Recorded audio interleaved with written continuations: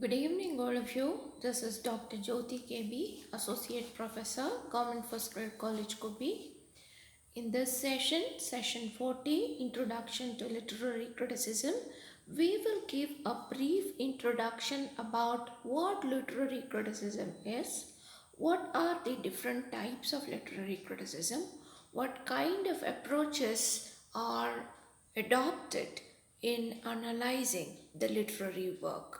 So before you start your prescribed literary critical texts, it is important that you understand the basic meaning, its types and approaches of literary criticism.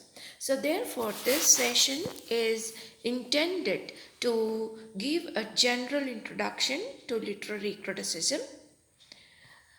Through this session, we want you to learn about the basic concepts of literary criticism.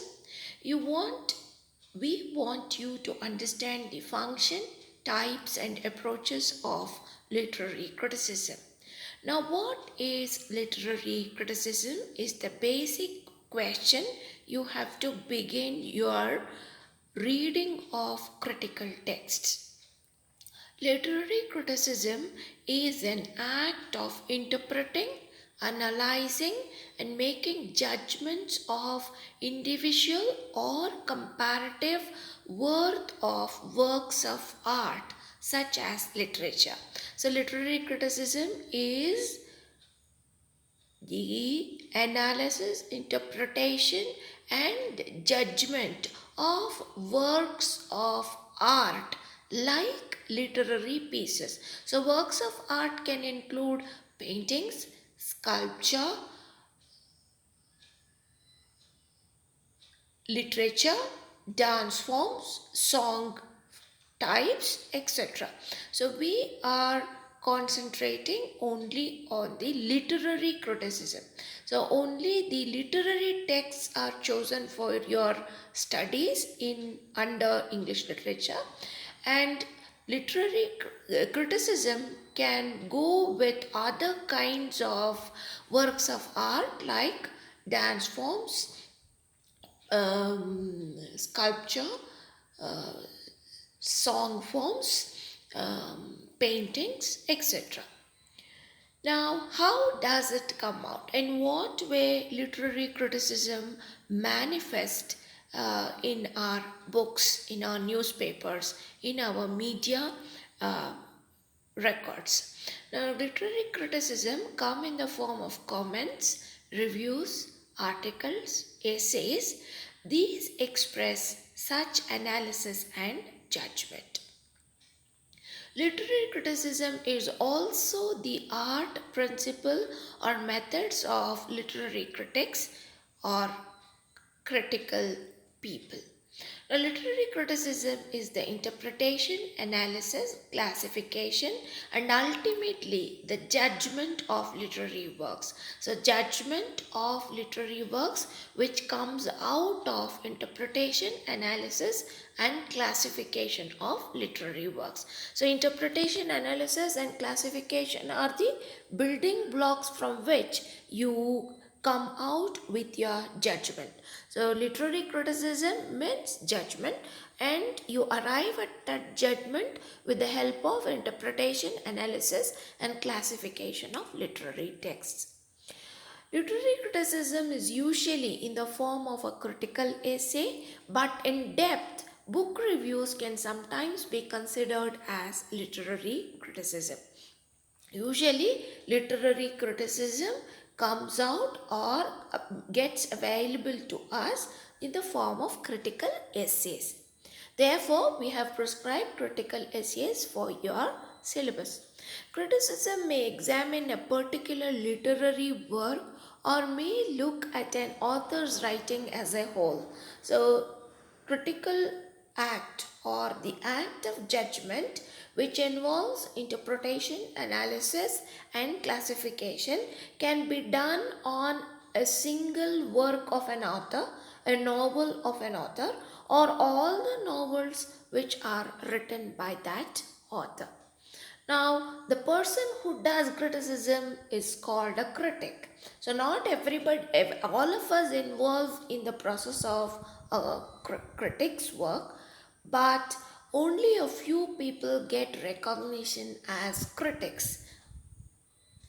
Who is that critic? So who is a critic? So who can be called as a critic by the society? Now all of us do criticism, but only few are recognized as critics. So who are those? Critic is one who passes judgment, where the society accepts his judgment as an authority. During 17th and 18th centuries, the critic was considered a judge who finds the faults and merits of a literary work. A literary critic is not someone who merely evaluates the worth or quality of a piece of literature, but rather is someone who argues on behalf of an interpretation or understanding of particular meanings of literary text. So, not just giving some valuation for a literary work, but the critic also argues in favor or on behalf of a particular meaning or interpretation which has come out of a particular text. The task of a literary critic is to explain and attempt to reach a critical understanding of what literary texts mean in terms of their aesthetic as well as social, political, and cultural statements or suggestions. That is to say, literary critic compares the literary text with the broader in the broader context of social, political, and cultural society. In the broader context, he keeps the literary work and compares both. A literary critic does more than simply discuss or evaluate the importance of a literary text. Rather, a literary critic seeks to reach a logical and reasonable understanding of not only what a text's author intends for it to mean, but also what different cultures and ideologies render it capable of meaning. So, how does the meaning come out in the play, and what is the nature of the meaning which is coming out of a literary text, and how does it compare with the broader context of the society? All these questions will be answered by the literary critic. Now, these critics come out with some general statements of what a good literary work will be. What are its characteristics? What are its fundamental blocks? All these kind of general understanding will be written in the form of theories. So these theories are called literary theories. So what is a literary theory? A literary theory is a very basic way of thinking about literary theory is that ideas act as different lenses critics use to view and talk about art, literature, and even culture. Literary theory are devised by great critics, and these concepts which are given to us by the great critics act like lenses through which we understand the new texts, new literary works. For example, Samuel Johnson has written a critical work on Shakespeare. Matthew Arnold has devised a concept called touchstone method from which a new work should be judged. So these methods are work like lenses in order to judge a new work of art. So the literary theory is a kind of a general theory or formula which is given by great critics and critical authorities which helps us to judge new texts. Modern literary criticism is informed by literary theory, which is philosophical discussion of its methods and goals.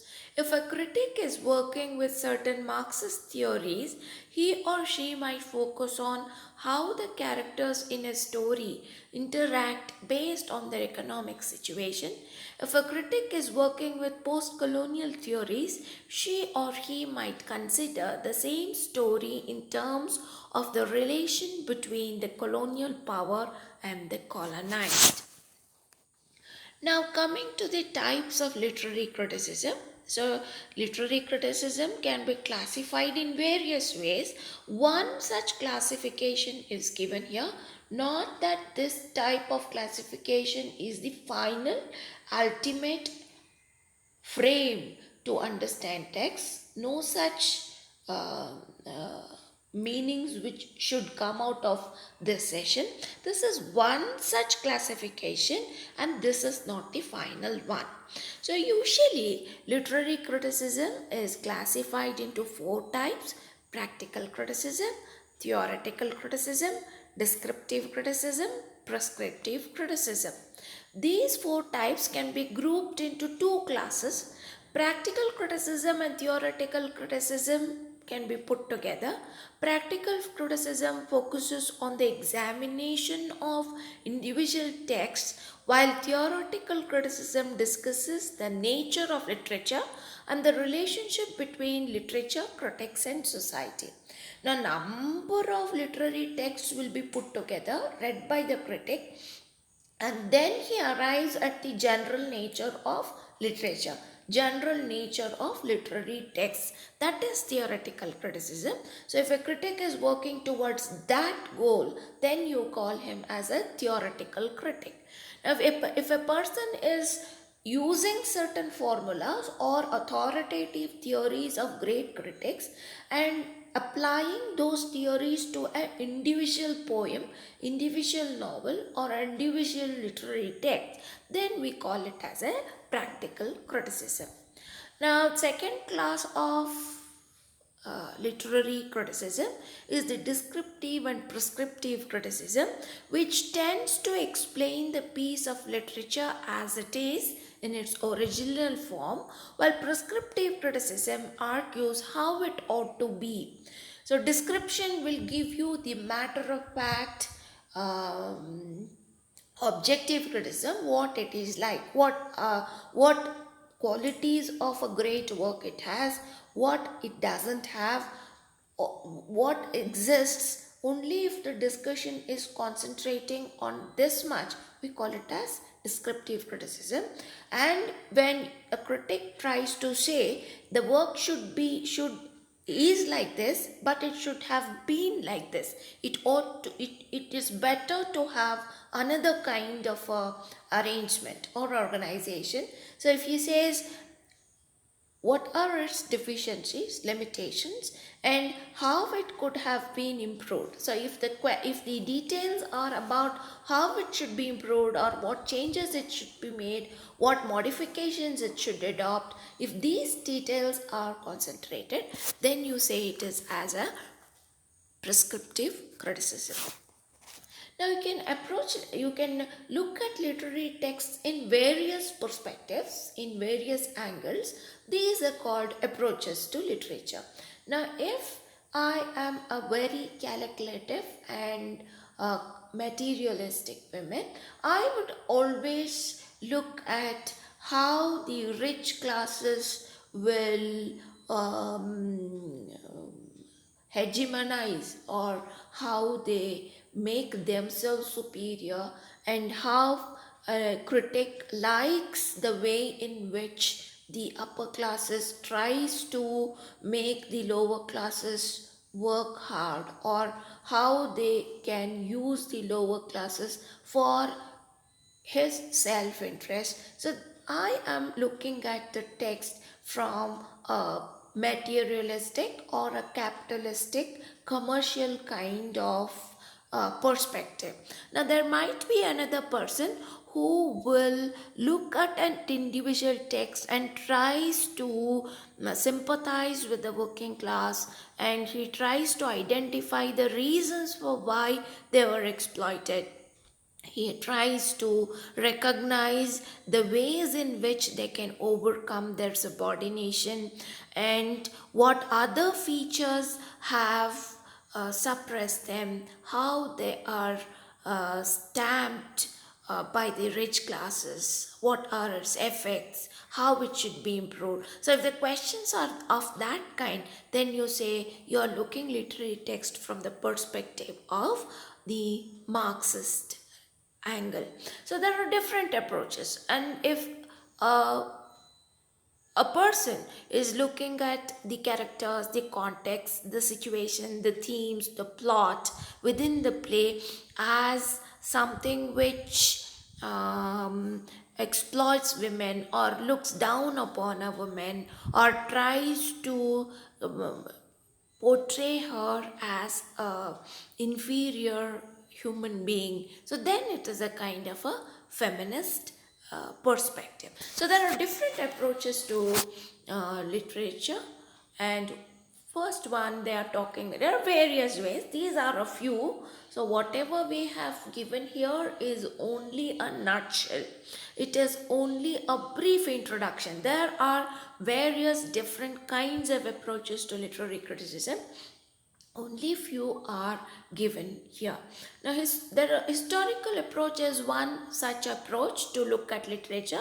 It looks at the time period of the writings, at what time the book has come out, or what is the age in which Shakespeare's plays have come out, and what kind of influence, beliefs, attitudes, values, and practices existed during that society, and what are the major historical events, influences, or movements, societal values which existed in the society, and how the play or text which has come out of that period is in accordance with or in concurrence with the existing values, or how it is deviating, and what kind of reception did the work receive from the society, and how, whether it was a popular work or whether it was thrown away work, whether it was a rejected piece of work, so how it was received will throw light on the values, the attitudes, the practices and culture of its times. So a literary work can be taken as an evidence, as a proof on a representative of its age, by comparing the values given in the text and how it was received in the society, and how, whether it was received positively or negatively, will show what kind of a society it was. So it will give a broader perspective of the culture also if an individual work is analyzed. So that kind of work is done through historical approach. In moralistic approach, the critics believe that the larger purpose of literature is to teach morality and to probe philosophical issues. A formalistic criticism emphasizes the form of a literary work to examine its meaning, focusing on literary elements and how they work to create meaning. Psychoanalytic criticism employs methods of Freud and other psychologists to understand that the whole play or the whole drama or whole setting plot of the play is the result of the author's psyche. As I already gave you a brief information about what the feminist critics do and what the Marxist critics do. I think this much would be enough for you as an introduction. In the coming sessions, we will talk to you about your prescribed critical essays.